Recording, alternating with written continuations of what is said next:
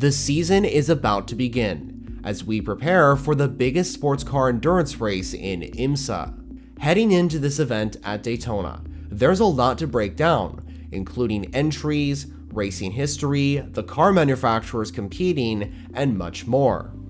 So in this first race preview of the season, I'll break down everything that you need to know regarding the 2025 Rolex 24 at Daytona. Round 1 takes us to the east coast of Florida for an epic 24-hour endurance race that's sure to be jam-packed with amazing sports car action. The Rolex 24 at Daytona is the crown jewel of IMSA and has been a venue that has been a part of the North American organization since 1975. This year marks the 63rd running of this event, and for 24 hours straight, many cars will race to determine the winners of each individual class. Speaking of the classes, Daytona features all 4 IMSA WeatherTech categories, which includes GTP, LMP2, GTD Pro, and GTD. When it comes to the entries for the 2025 race, 12 cars will be in GTP, while 12 will also be in LMP2, where GTD Pro will feature 15 and 22 will be in GTD. And the classes combine to field a 61-car entry list for this historic North American endurance race.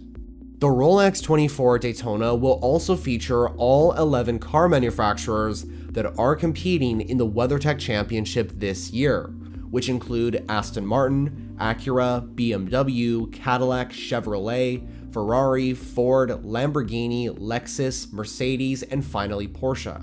Amongst the competitors, there will be 5 car brands competing for overall victory in the Grand Touring Prototype category, where the 6th GTP manufacturer Aston Martin will not be present this year at Daytona, with their new Valkyrie Le Mans hypercar coming at the 12 Hours of Sebring for round 2.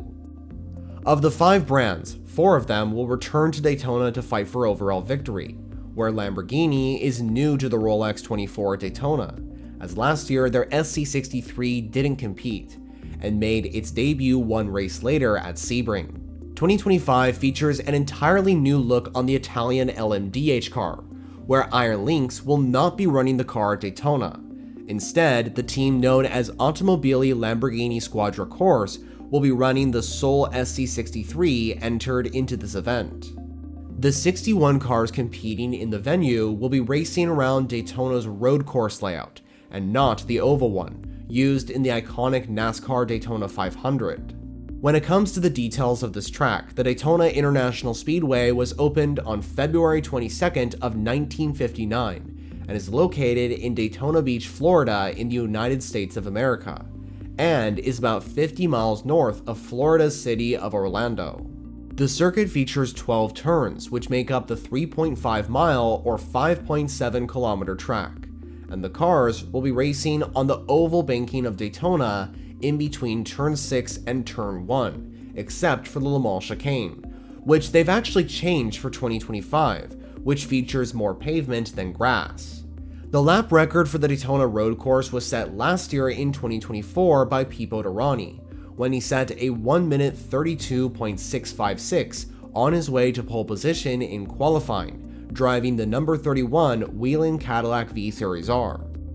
The Rolex 24 Daytona, also referred to as the 24 Hours of Daytona, has been around since 1966, when Ford won overall, with Ken Miles and Lloyd Ruby taking victory in a GT40. After being integrated into a few championships along the way, the Rolex 24 Daytona has remained a substantial part of the IMSA WeatherTech Sports Car Championship schedule, ever since IMSA was reformed in 2014. Over the years, many brands have won at Daytona, with Porsche, Acura, and Cadillac being the most recent. But no car constructor has won more than Porsche, who have so far taken 19 overall victories at this classic endurance race, with their most recent coming last year in 2024, after that brilliant defense from Felipe Nasr allowed Porsche Penske Motorsport to claim victory with the number 7 car, with drivers Felipe Nasr, Matt Campbell, Dane Cameron, and finally two-time Indy 500 winner Joseph Newgarden taking victory, with the captain Roger Penske enjoying his second overall victory at the Daytona event, with his first coming in 1969 when Lola won overall. The Rolex 24 at Daytona is also a part of the Triple Crown of endurance car racing, which also includes other iconic sports car events, like the 24 Hours of Le Mans and the Mobil 1 12 Hours of Sebring. The 4 cars that won the 2024 in-class victories will also be the entries to beat in 2025.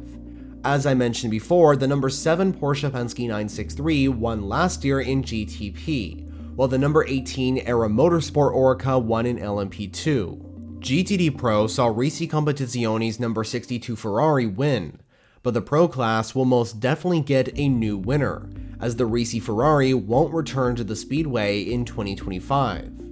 Finally, last but not least, in GTD, victory was obtained by the number 57 Windward Racing Mercedes, and they'll be back for this event to try and defend the top podium spot.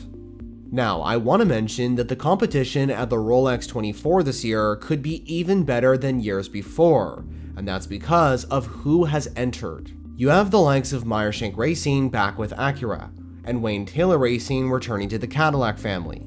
And the last time both teams were here at Daytona with their respective brands, they won overall. BMW also looks very strong with their GTP cars, and Porsche are bringing yet another Joker upgrade. Entry list records are also being broken in GTD Pro, with 15 cars confirmed on the grid, and Pfaff Motorsports proved in the Roar Before the 24 practice sessions that they are looking very strong with their new Lamborghini partnership, where Ford are looking confident heading into their second year at Daytona with the Mustang GT3. And who can forget that a bit of NASCAR experience is heading to Daytona this year, with Trackhouse Racing running a Corvette in the category. And they're bringing a very talented driver lineup, which includes NASCAR Cup Series racer Shane Van Gisbergen. And Shane is not the only NASCAR Cup Series talent on the grid, as you may recognize a familiar face in the GTD Pro ranks, as Austin Cindric will be racing a Ford Mustang GT3 from Multimatic Motorsports during the event. There are many more talented racers on the grid this year, as over 200 drivers are confirmed to race, including the likes of Kevin Magnussen, who returns to Daytona for the first time since 2022 with BMW M-Team RLL. And then there's Kamui Kobayashi, who is back with the Wayne Taylor Racing Group to run a Cadillac V Series R in the event. Also, speaking of Kamui Kobayashi, his teammate Alex Lynn, who was meant to drive the number 40 Cadillac, is unfortunately feeling unwell and will miss the event. Wayne Taylor Racing has thus confirmed that the number 40 Cadillac will run with just the 3 drivers of Louis Delatraz, Jordan Taylor, and Kamui Kobayashi. And as for Alex, we wish him a speedy recovery, and he'll be back in IMSA at the 12 Hours of Sebring in March. This year, the balance of performance that IMSA has announced will be critical to keep in mind heading into this event.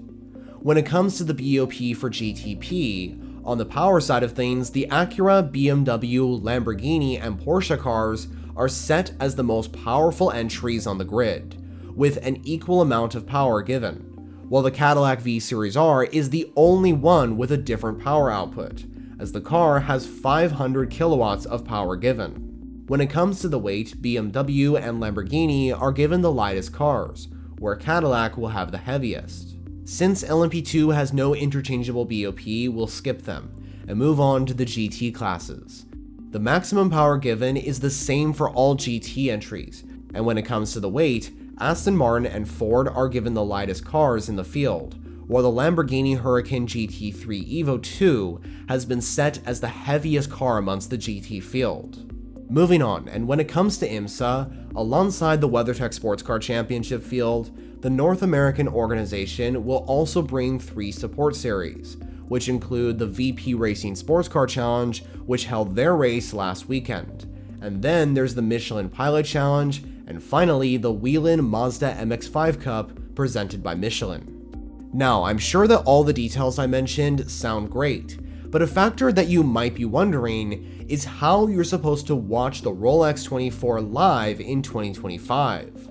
Well, green flags will be waved for the Rolex 24 at Daytona on Saturday, January 25th at 1:40 p.m. local time. And by the way, Daytona is located within the Eastern US time zone. And the action will be broadcasted on the Peacock streaming service and on the USA Network in the United States of America, with the coverage presented by NBC Sports, where the majority of the world will be able to watch the action on IMSA TV or IMSA's official YouTube channel, which is linked in the description down below, and that will be coverage presented by IMSA. Here on the FJ channel, we'll also be live streaming a watch party for this exciting event.